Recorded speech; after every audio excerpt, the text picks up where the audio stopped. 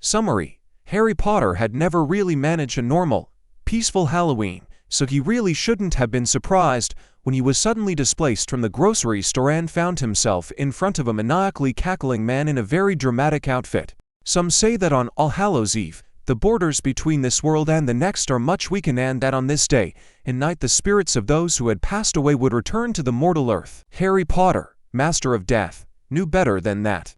Spirits either lingered on earth, becoming ghosts, or they went on to, as Albus Dumbledore liked to call it, the next great adventure. They didn't move back and forth between the two. Once they had left the mortal planes for the afterlife, they couldn't just decide to leave it, not even on this night, unless they were summoned. Of course, the fact that there were far more lunatics willing to summon a ghost on Halloween did give some credence to this idea, but there was an actual direct truth in these folk tales as well. The lines between this world and the next are always weaker around this time of the year. But not between this world and the afterlife, no, between the different worlds that make up all existence. With all these facts taken together, Harry really shouldn't have been surprised when he was suddenly displaced from the grocery store and found himself in front of a maniacally cackling man in a very dramatic outfit. Yes, yes. Now do you see? You foolish mortals, I have conquered death itself, and it shall do my bidding. By becoming the master over death, I have become the master of all. Yeah, that's great, buddy, a red and gold robot said irreverently. The raving madman's reply was rather predictable. Silence. You have lost. The mighty Avengers have failed, and the world shall fall to my feet. Harry blinked and decided to ignore the obviously delusional man for a moment to fully take in the situation he suddenly found himself in. They were in a park that was surrounded on all sides by a city skyline. An elaborate circle had been painted on the grass with a suspiciously red fluid that, considering the mental state of the man who he assumed had made it, Harry figured that he did not want to take a closer look at. The park was empty besides him, the guy dressed in elaborate robes that only Albus Dumbledore would consider appropriate wizarding attire, and a group of 5 people outside of the circle. The man dressed as an American flag started some sort of brave, self-righteous speech that sounded like something he himself might have said back when he was still Dumbledore's little soldier and believed that the side of light was incorruptible and would always triumph over dark. Luckily, this man seemed to be wiser to the way of the world, and Harry had been back then and than Dumbledore ever was, and instead of waiting for the crazy guy to suddenly decide to repent, he actually followed up his words with actions. The blue, red and white shield went flying at the bad guy, as if that had been the cue for the others by his side to act as well. This attack was followed by a weapons blast, an arrow, a quick succession of 2 sleek knives, and a very large hammer, all of which bounced harmlessly off the magic shield that covered the summoning circle. The stereotypical evil laughter made Harry look at the other man in the protective circle in disbelief. He didn't think anyone actually did that outside of a film. That man had not just gone around the bend, he was going in circles on a roundabout. When the lunatic was done laughing, he straightened himself and pointed imperiously at Harry. Now, hear me, death. We will start a realm of endless terror on this mortal world, and as your new master I will rule all. For now I will give you these mortals. He waved his hand dramatically at the Avengers. Take them. Harry looked from the crazy bloke to the so-called Avengers with a slightly disturbed look on his face.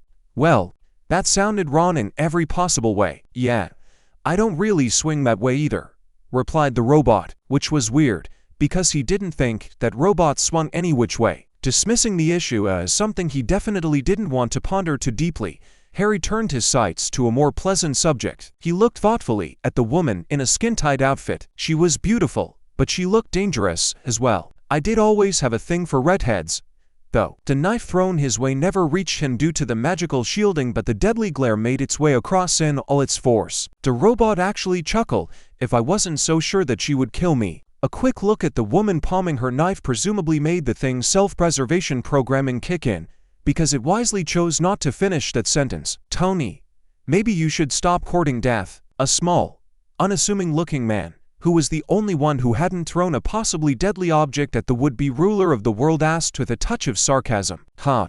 The robot answered, pointing at his supposed friend he made a funny. The man armed with a bow shook his head. Seriously, Stark, what are you? 5. When the Gryffindor-colored robot turned to the man, probably to argue, the American flag spoke up again, taking charge of this ragtag group of people. We have more serious things to worrying about than Stark's mental age. Death. Impenetrable barrier. Maybe we could focus on that first. "Ah yes, about that," started Harry. Everyone tensed and readied for battle. But instead of attacking the Avengers, the wizard turned to his summoner. "I'm afraid you must have misinterpreted whatever mystical what's-it you used to summon me here." The man opened his mouth possibly to start a well-reasoned discussion of this fact, but there was an even higher probability that the robed man would start raving or cackling again, so the wizard wisely decided not to give him that chance. Harry quickly continued his explanation, his voice having taken on a slight lecturing aspect that made him sound like a teacher dealing with a particularly dense child. "From what I understand, you meant to summon death and become its master and then fulfill all sorts of nefarious plans." The wizard waited patiently for the crazy guy's vehement nod before he continued home. "But you see, you did not summon death and became his master. You summoned the master of death." The villain opened and closed his mouth a few times in some sort of stunned disbelief. "A common mistake," Harry said kindly, even though he had never been mistaken for death before. Actually, he didn't think he really looked the part either. He was still wearing casual clothes because he had been grocery shopping.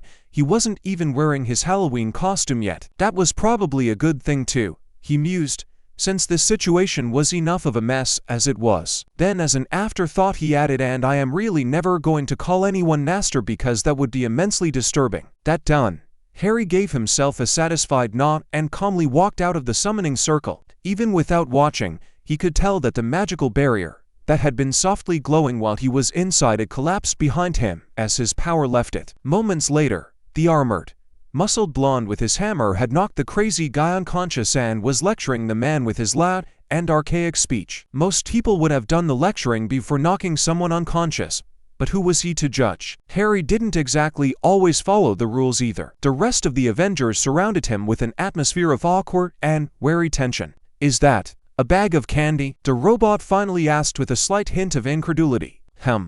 I was grocery shopping. A bit late, perhaps, but..." He shrugged. A strange silence fell between them. "So, are those Halloween costumes, or are you just..." Harry trailed off there, not quite knowing how to put it. "We're the Avengers," the walking, talking American flag informed him. "Right?" Harry replied, incapable of keeping his eyebrows from rising just a bit. He didn't have the slightest clue what sort of club these Avengers were, but he didn't think anything but Halloween could excuse that costume. Of course, he didn't actually say any of this. He cleared his throat and nodded politely. "Well, that's good." The robot let out some sort of muffled snort and raised a part of his helmet, revealing a human face. "Oh, thank Merlin." Harry burst out before he could stop himself, and a small, embarrassed blush started to bloom on his face. But he was still very much relieved that the disturbing issue of robots having sexual preferences was put to rest. That would have bothered him, even if he tried very hard not to think about it. Not thinking about something was hard work, after all, so he was more than happy to forego that. The dark-haired man seemed taken aback for just a moment before a large self-satisfied smirk took over his face. "Ah, so you've heard of me. I get that reaction a lot. Of course most people say thank God if even knew. God, please. But those are usually women, right?"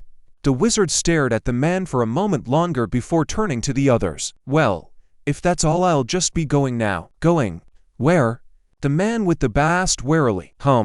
"Well, grocery shopping first, again." "How did I just steal this when I was magically ripped away from the store?" Harry wondered as he gazed thoughtfully at the sweets in his hand. "That would mean that there is now actually some truth in what my aunt and uncle tell everyone." "Who knew?" "Ah well." With a loud crack, Harry Potter disappeared from that world as abruptly as he had entered it, leaving the Avengers staring in silence at the space he had just occupied. Finally Tony decided to share his unwarranted opinion. "Well, I liked him.